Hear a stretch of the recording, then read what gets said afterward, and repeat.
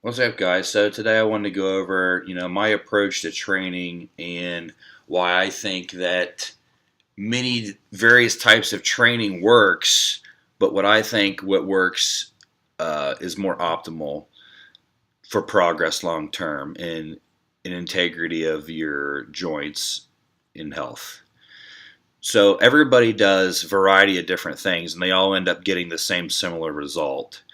But what I notice is the people that are progressively trying to go heavier in their progressive overload, which you can't progressive overload with weight. You can to an extent, but you can't go past a certain threshold. If so, then everybody would be bench pressing thousands upon thousands of pounds because there would never be an end point. So you can't progressive overload through weight, but you can progressive overload through volume, and you can cycle your volume. So how I do things is what I've learned from Tom Barry and John Quint and the guys at Westside is I don't do the Westside method per se with all the speed work and variations of everything like that, but I mix it into the hypertrophy of the bodybuilding side.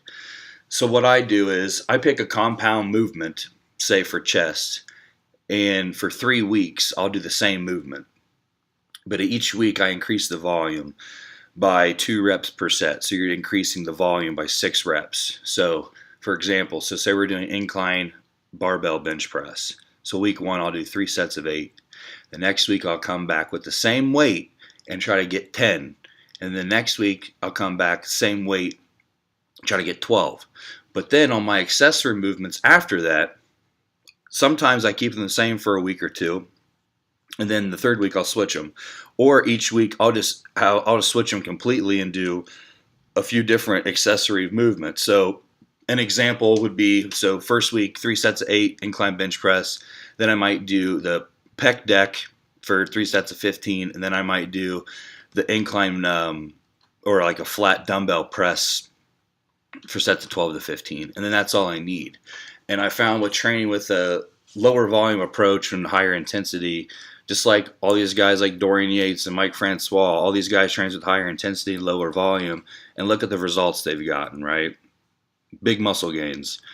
So that's how I approach my training, and I think that not pushing the maximal weight is going to be better long term for your joint health, and you're not tearing anything. Just like I said before, all these guys that are lifting all these crazy amounts of weight, they got elbow sleeves, knee sleeves, belts, God knows what else they're wearing, just to do one lift, and it's not necessary.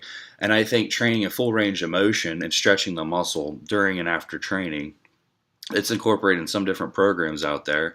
But I think training full range of motion on all these exercises, you're going to create more capacity in the muscle. So say you're doing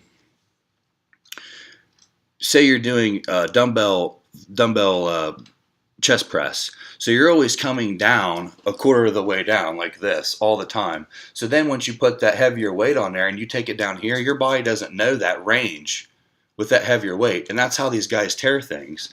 So I think it's always safe just to go full range of motion and not do crazy amounts of weight, because you're still going to get the result. You got all your supplements in place, your nutrition in place, training program in place. And if you're training in these ranges of motion with optimal loads and not super heavy weights all the time, I feel like you're going to get way better progress.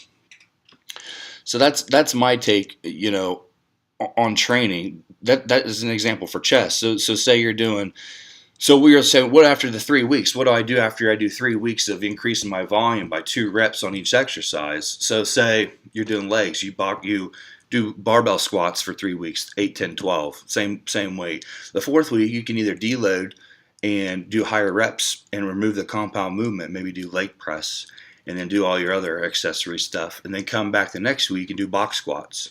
Or instead of doing the deload week, you can just jump right to box squats because you're always adding a variation. Now, can you keep the same exercise but change one variable? Yeah, you can. So say you do 3 weeks of squats, the next 3 weeks do barbell squats again but change the bar. Or add another variation, chains, another variation, bands. So you can always alter the workout, and it's a different stimulus because it's not the same. So it's the rule of 3. So it's 3 week waves. So you same exercises for 3 weeks, and then you can switch them after that. You don't have to get stronger within the same exercise each week, because after 3 weeks you just start to go backwards, and you don't want that. So think about that next time you approach your training. And then you guys can always hit me up too. I have programs I saw on my website. I'll put the link in the video as well, sethshawfitness.com, and let me know if you guys need help with anything, and I'll get you squared away.